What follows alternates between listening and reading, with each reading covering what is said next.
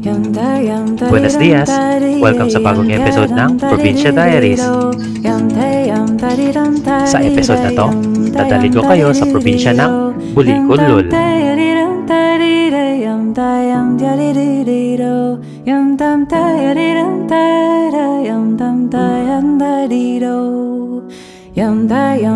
Good morning! So, second day natin dito sa Laminusa Island. And sa second day natin, may pupuntahan tayong isla.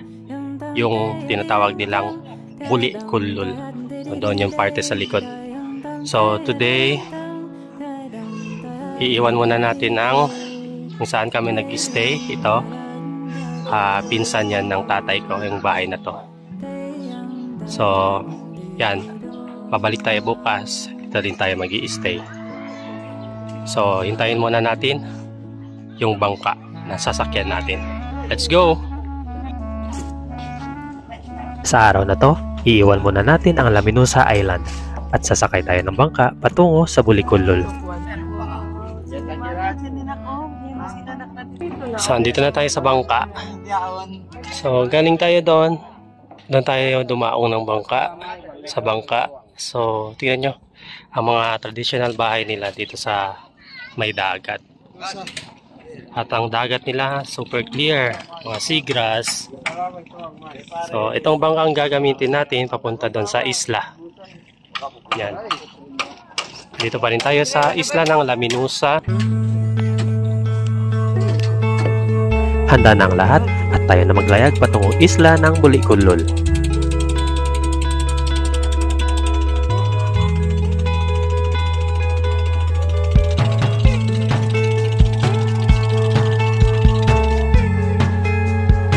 Madadaanan natin ang isla ng Punungan, isa sa mga island barangay dito sa Municipality of Siasi. Ang islang ito ay parang isang malaking bundok na napapalibutan ng mga bahay.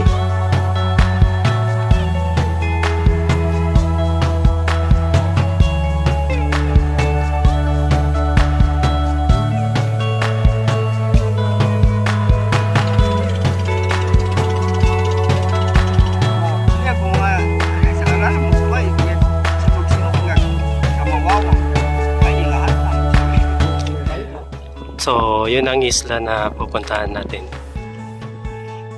Isla ng Bulikulul. So, nag-stop na yung bangka. Stop nila ang makina kasi mababaw na siya. Para hindi sasangit yung LSE sa mga grass na to. So, magsasagwan na lang at dahan-dahan. May parte na mababaw at may parte din na malalim. At kung mapapansin nyo, may parang stream ng tubig sa dagat na to. Dito dumadaan ang mga bangka. Dahil sa parteng ito ay malalim at ito ang sinusundan ng mga bangka para makalapit sa isla. So nakita nyo parang may pathway siya, no? Ilog daw to, sabi nila. Parang ilog ng dagat. So, tignan nyo, may parang trail siya. So, dito dumadaan yung mga bangka dahil dito parte ay malalim. Yan. Yan ang sinusundan ng mga bangka. Parang ilog.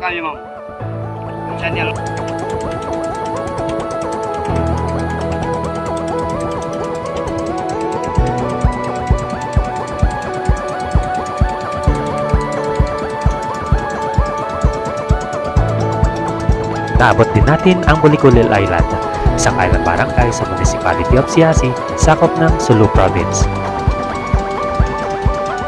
Humigit kumulang 1,000 ang mga pamilya na nakatira dito. Pangingisda ang pangunahing hanapbuhay nila dito. Siya-Malatawsog naman ang kanilang lingwahe. Matataas ang mga bahay nila dito kasi may mga oras na high tide at may mga oras din na low tide. Bangka ang pangunahing transportasyon. At nakahanap din sila ng unique na paraan para makalakad sa tubig during high tide. Ang gamit nila, ang mga kahoy ng kawayan. Ginagamit nila ito para hindi na lumusong ang kanilang mga paa sa dagat. Kaldang ang tawag nila dito, at ang pinakamataas na kaldang-kaldang ay singtaas ng isang bahay. Tulad nito. Delante. Bumaba na tayo ng bangka. So, hindi ko alam kung saan kami pupunta ngayon, pero hinahanap namin yung kung may mga relatives pa kami dito. Ayan. Naglalakad tayo sa mababaw na tubig. So, dito sa Bulikulol, isla ng Bulikulol, ang lingwahe nila dito ay Sinama. Sinama. Shamal, Sinama. Yan. May mga tausog din. Lingwahe ng tausog. Mix na. Dati nung maliit pa ako, first time ko pumunta dito. So, hindi ko pa siya masyadong na-appreciate at maalala yung mga experience ko nung bata pa ako pumunta dito.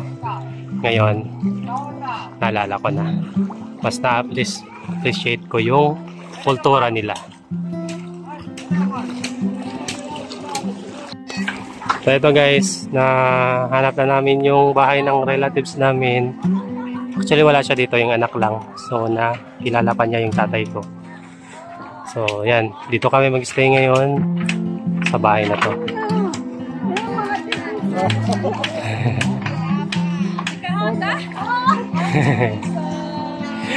Hindi ko masyadong mamukhaan yung mga relatives ko guys kasi maliit pa ako pumunta dito. Sa'yo, Chantin. So naalala ko dati pag low tide talaga to. Walang tubig dito. Tapos yung naalala ko pag sapit ng hapon, nagiging high tide siya. Yung tubig galing doon papunta dito para siyang ilog. So tignan natin mamaya kung ganun pa rin. Muna tayo, so pinagandahan kami ng mga traditional food nila dito. Siyempre meron tayong kanin, isda prito, pansit, at saka piyoto. Piyoto So guys, ayon na ito. Piyoto ang tawag namin dito. Ano to siya? Gawa to siya sa kasaba. So, yan. Para siyang kasaba cake. Pero hindi siya matamis. Yan na ito. Ukoy. Ukoy. Version nila dito. Sa sauce na. Sa sauce. Yan guys. Kain tayo. Dito bumili. May mga naglalako sila. Yan. Mga naglalako. Yan. May manggawani. Palikambing. Tawag nila dyan. Kakanin nila. Saka donut, pansit. Yan. Naglalako yan sila. Gamit ang bangka. So, yan. Punta sila saan.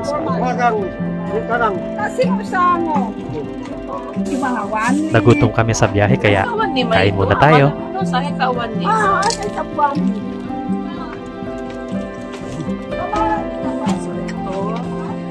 May suka. Ito, wala yan suka na po. Suka.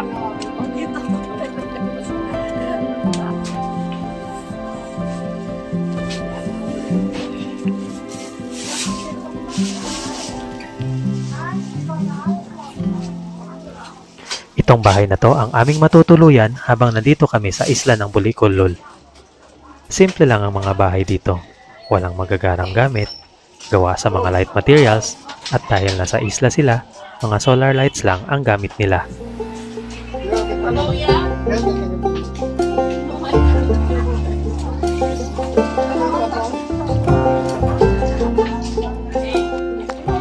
Ayun guys, it's time to explore Bulikulol Island.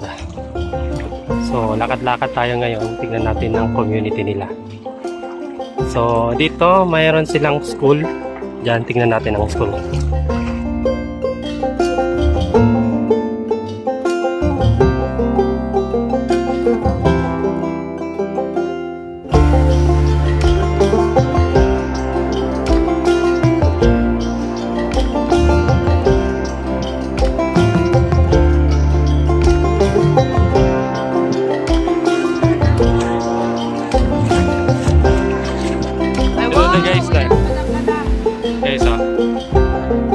One way of transportation nila para hindi sila mabasa sa dagat. Yan.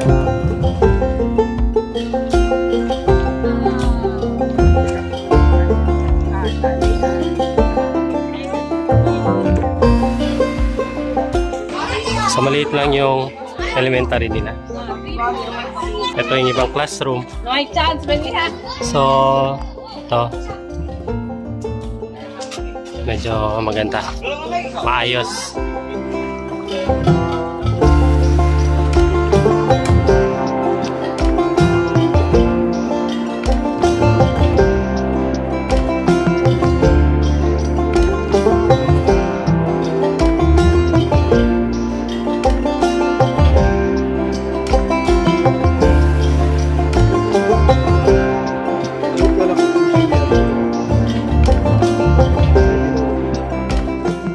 Simple lang ang buhay dito sa isla. Pag high tide, halos lahat ng mga tao ay nasa taas ng mga bahay nila. Ang makikita mo lang ang mga binata na pag-alagala o namamasyal dahil ito lang ang isa sa mga form of bonding nila. Halos lahat ng mga bahay dito ay may sariling bangka dahil ito lamang ang pangunahing transportasyon nila dito sa isla. Ang mga bangka nila ay de makina o di kaya de sagwan. Minsan, pag mababaw ang tubig, ginagamit nila ang mahabang stick pang tulak ng bangka. Bukod sa mga bata na naliligo, mapapansin mo rin ang mga maliliit na bangka na naglalako ng mga paninda nila.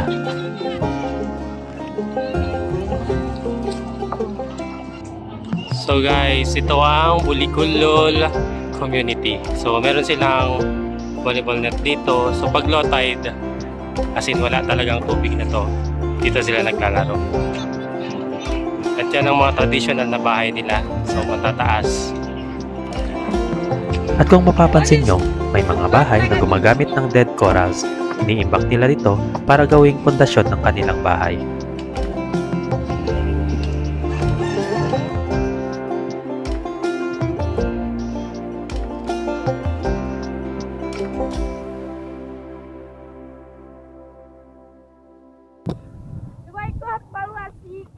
So guys, this time magbabangka tayo sa malalim na part. So kanina, nasa mga bahay-bahay tayo, nag-ikot-ikot.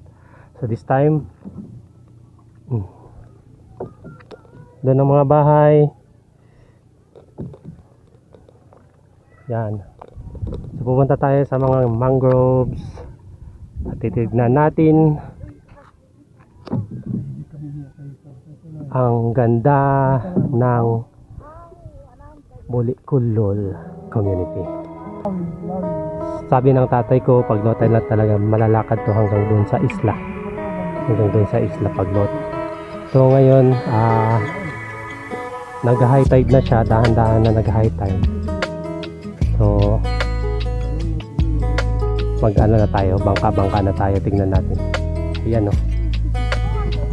Oh, eto na yun guys, nakita natin sa drone shot kanina. Tingnan nyo, parang may stream ng water na naman. So daanan pala nila to. So parang trail. Kung nakita natin sa drone shot kanina, parang may malaking mahabang daanan ng mga bangka. Ito na yun. So tingnan nyo, para siyang ilog. So may current siya. Yan, may current. Ayan. Dito dumadaan ang mga bangka dahil walang masyadong seagrass na pwedeng bumara sa kanilang mga LSC.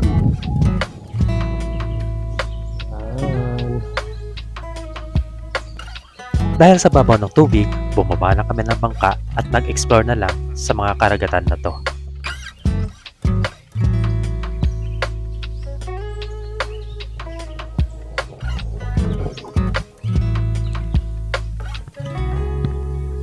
Nasa gitnang parte na kami ng dagat, pero tignan nyo naman kung gaano kababaw ang tubig at pwede lang lakarin ang kabilang isla. Basically, ang karagatan na to ay isang lagoon dahil napapalibutan ito ng mga isla at ang mahabang sandbar. Walang masyadong mga corals pero mga seagrass ang makikita mo dito. Mga seagrass na nagpo-produce ng oxygen at nire-release sa ating kalikasan.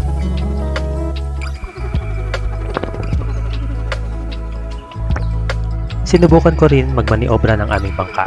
Dahil ito ay walang katig, kailangan ko ng sense of coordination and balance. Ang hirap pala, sanayan lang siguro. May nahuli silang sea mantis. Ayan. Ayan. Buhay pa. Sige. Ano? Buhay pa yan. Hindi. Alahi. Shrimp mantis. Wow. Hindi palakso. Buhay na buhay. Wow. Dito lang yan sa Bulikulul Island. Marami. Ganito. Masarap yan. Mahal yan sa Zamboanga. Yan. Habang dahan-dahan sumasapit ang dilim, nagsimula na kami magluto ng aming hapunan. May pritong isda at ang counterpart ng kanin dito sa isla ay ang tinatawag nilang sinanglag. Ito'y dinurog-durog na kasaba at lulutuin.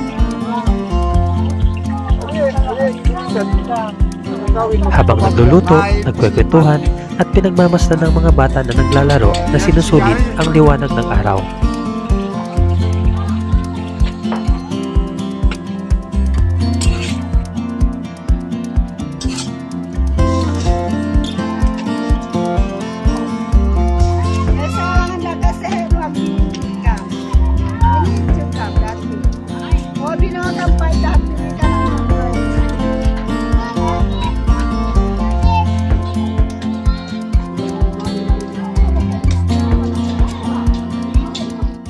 Dinner time na at ang menu for tonight, meron kaming sinanglag, pritong isda at ang nilagang sea mantis. At hindi doon nagtatapos ang kasiyahan sa isla. Pagsapit ng dilim, mas lalo itong lumiliwanag. Dahil sa mga oras na ito ay super low tide, lumalabas ang mga residente para magkaroon ng kasiyahan.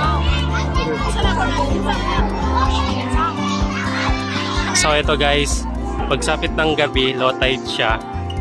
So ito may night market sila. Ayan, tingnan nyo. Ayan, may mga tindahan. Yun. Oh. Mga bata, ang saya nila dito pag gabi. Yan.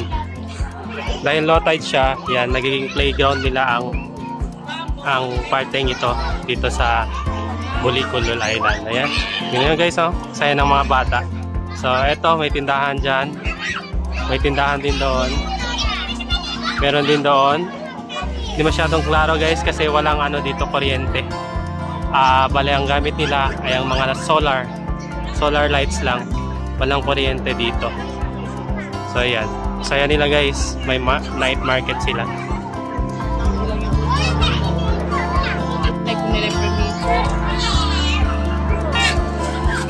Scramble ang binibenta ni mo. May bigoreng, pansit, hotdog. Ayan, may mga soft drinks. May malaking speaker. Ito guys, hindi to binibenta. Mamaya, magpapatugtog yan sila. Hindi pa pinapatugtog ang mga speaker dahil may ginagawang ritual. Ang mga tunog na yan ay galing sa isang bahay kung saan may sinasagawang ritual.